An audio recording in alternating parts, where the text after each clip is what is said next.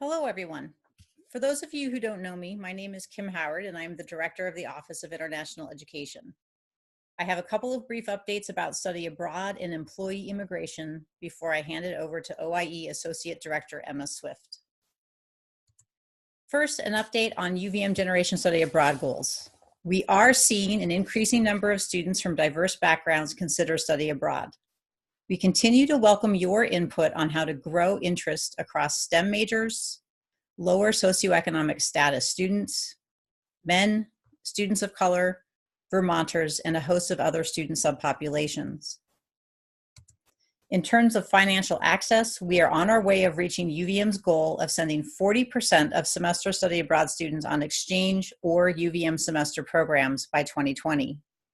After many years of sending about 20% of our semester-long study abroad students on exchange, we now are sending more than 1/3 of semester students on exchange. So a couple of brief updates about immigration. Specifically, I'm going to talk about employment-based immigration. And this is immigration that affects those in our community who are not US citizens and are not US permanent residents. The big picture for federal immigration is that things are more complicated, things are less certain and continue to change, and the stakes are higher for noncompliance. To help demonstrate, let's look at an example which is relevant for those of you whose departments hire foreign national employees in H-1B status, which is about 80% of the hiring divisions or units in this room. H-1Bs are used for some of our postdocs and nearly every other foreign national full-time staff and tenure or research track faculty position that requires a bachelor's degree or higher. I invite you to pull out a pen if you'd like to test your math skills. Okay, is everyone ready? UVM legally is not able to file an H-1B case any earlier than 6 months before the employee's start date. You got that? So UVM can't file an H-1B case any earlier than 6 months before an employee starts. It is taking the government 5.5 to 7.5 months to process H-1B cases for normal processing times.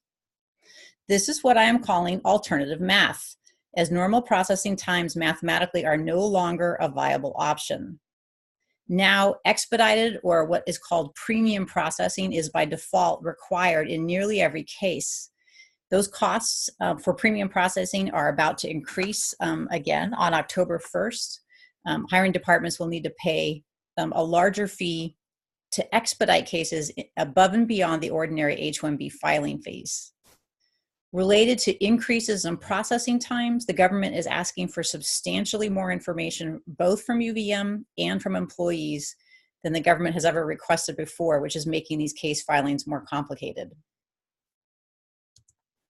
We have other examples, but the other main point is just to ensure that your unit tells OIE of new foreign national hires, even if they say they don't need sponsorship.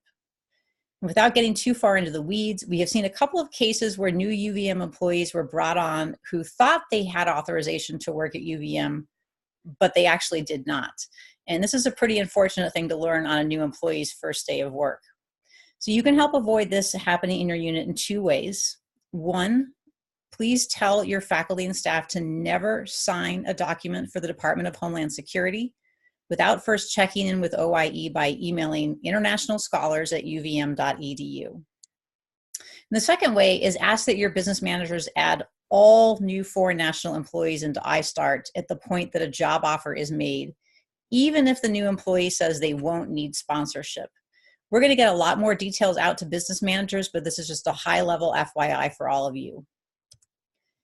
The big takeaway is involve OIE as early as possible in your hiring processes if there are foreign nationals at the top of your prospective employee pools. So now I'll turn it over to OIE Associate Director Emma Swift to talk about unlawful presence, as well as international students, internships, and other practical and work experiences.